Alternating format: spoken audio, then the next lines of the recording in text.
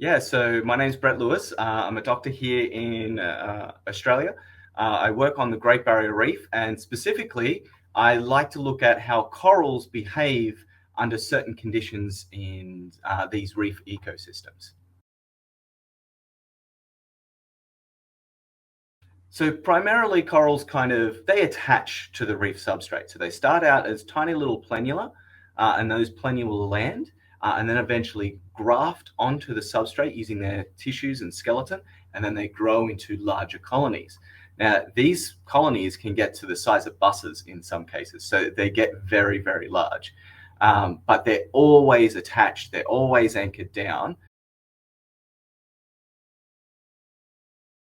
So mushroom corals, they start attached to the reef substrate, just like the other corals do. However, during a certain life stage, they'll start to dissolve away their attachment, their little stem, and then they break off. They become mobile on the reef.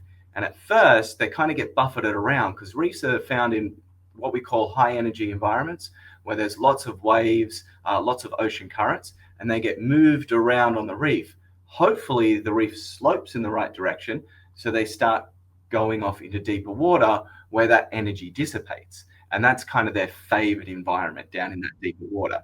And once they're down there, once they're in that little deeper area, they will continue to migrate. Basically, all of them go on this great migration down into this deeper water to find each other so they can reproduce again. And then new planulae can come up, settle on the reef, and start the cycle once again.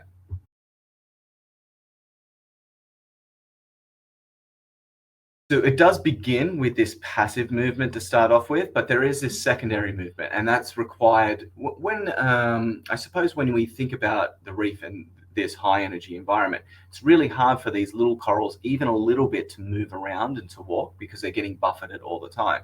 So once they get out of that environment, they actively take over. They can find their way, they can navigate, they use the light traveling from deeper water, that blue light, and they can see it, and they will travel in that direction into deeper waters, constantly migrating deeper and deeper into the ocean where it's safer and safer for them.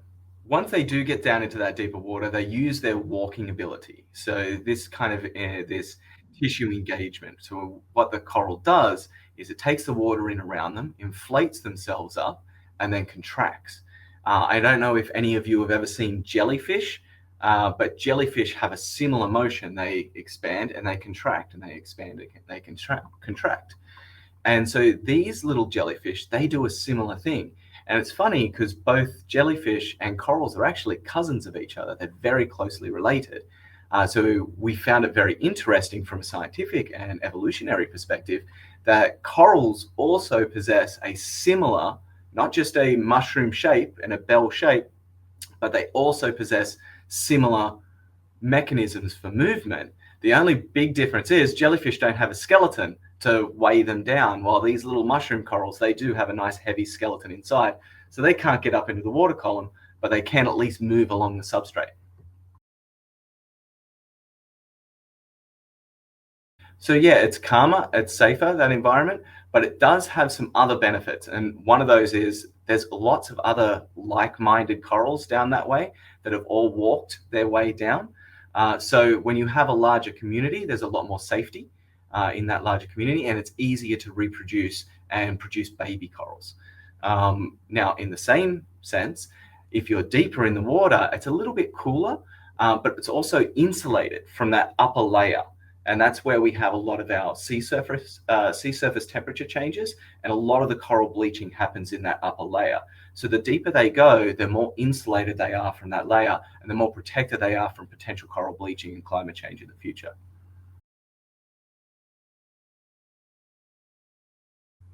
Yeah, so the way we kind of did that, we set up a light box essentially, with an aquarium inside it, with some water and no flow. What that light box does, it blocks out all light, and then we placed a camera inside, and we flipped on a little blue light that would just basically come down through a pinhole or a slight slot in the box, creating a beam of blue light. And then we would place the coral in a dark end, and we would see whether or not it could see the blue light and whether or not it would walk towards it. So what we found, of course, is that it does walk towards the blue light. And even if we move the blue light around, it would always walk in the same direction that the blue light was located. Now, we wanted to test whether or not it was seeing the blue light or if it was just detecting light in general. So we used white light as well. So just like ambient light, like the one you see behind me, just kind of simulating sunlight. And we placed sunlight at one end and blue light at the other. And we found that it always walked towards the blue light and not towards the sunlight, which shows you, if you think of a coral reef in those shallow waters where it's high energy, lots of sunlight in that area. But as you get deeper, the bluer the light gets and the bluer the ocean gets.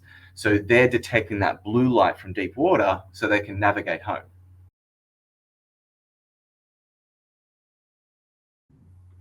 Oh, that's a good question.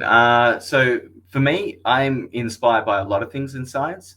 When I was a kid, I wasn't the most academic. Actually, I don't know if I should mention this, but I was a high school dropout.